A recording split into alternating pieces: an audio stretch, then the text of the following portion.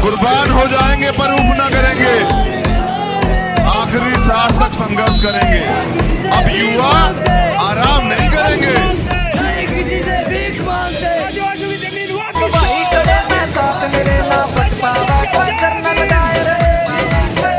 पत्रकार से लेकर के सब लोग आप यहाँ पर मौजूद है। आप मुझे एक व्यक्ति ऐसा बता दीजिए जो सत्ता में होने के बाद आंदोलन पर है। क्या है कहीं देश में? आपसे पूछना चाहता हूँ, कहीं पर भी नहीं है।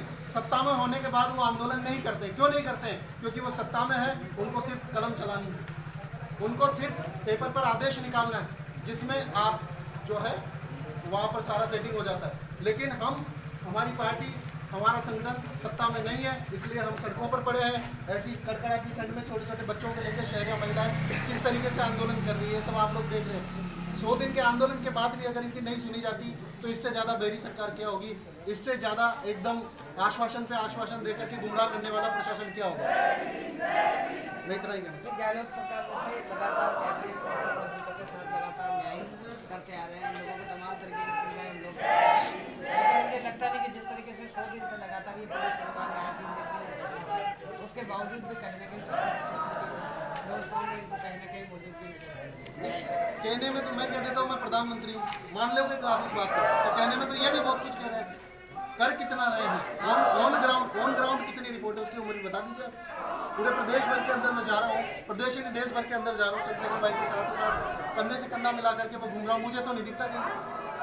दोस्तों आप देख रहे हैं लगातार 12 ये जिला हेडक्वार्टर पे ये सारे बीमार पीड़ित परिवार है के साथ न्याय करने के बजाय बढ़ावा दे रहे हैं, परिवारों के खिलाफ सरकार बिल्कुल नगण्य है। मैं चाहूँगा कि मेरे जो मीडिया है इसके जरिए मेरी आवाज़ सरकार तक पहुँचे और इन लोगों को न्याय दिलाने का। आगे की क्या रणनीति रहेगी आप लोगों? आगे की रणनीति यही है, हमें अंतिम रूप से कब्जा चाहिए और कब्जे को वास्तविक रूप से प्रशासन हटा करके इन गरीब मजलूमों की ज़मीन को वापस करे।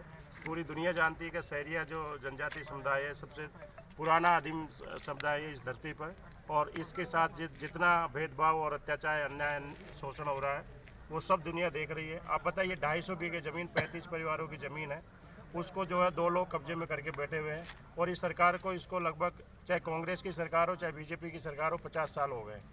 ये म्यूजिकल सरकारें बदलती रहती है पर इन शहरियाओं पर कोई ध्यान नहीं देता है। अभी हाल ही में राहुल गांधी जी की भारत जोड़ो यात्रा यहीं से गुजर करके गई है, पर आप सब ने देखा है कि इन शहरियाओं के बारे में राहुल गांधी जी ने एक शब्द भी नहीं बोला।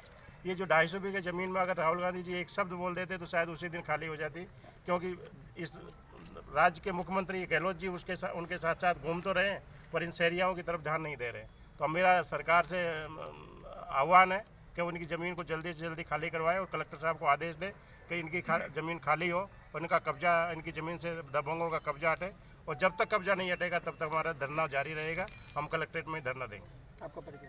प्रोफेसर रामलखन मीणा, प्रदेश अध्यक्ष आजाद समाज पार्टी, कांचीराम, राजस्थान। धनराज वीरवा की रे धनराज वीरवा की, ओ जय जयकार लगाओ भाया ओ भाई धनराज वीरवा की, ओ जय जयकार लगाओ।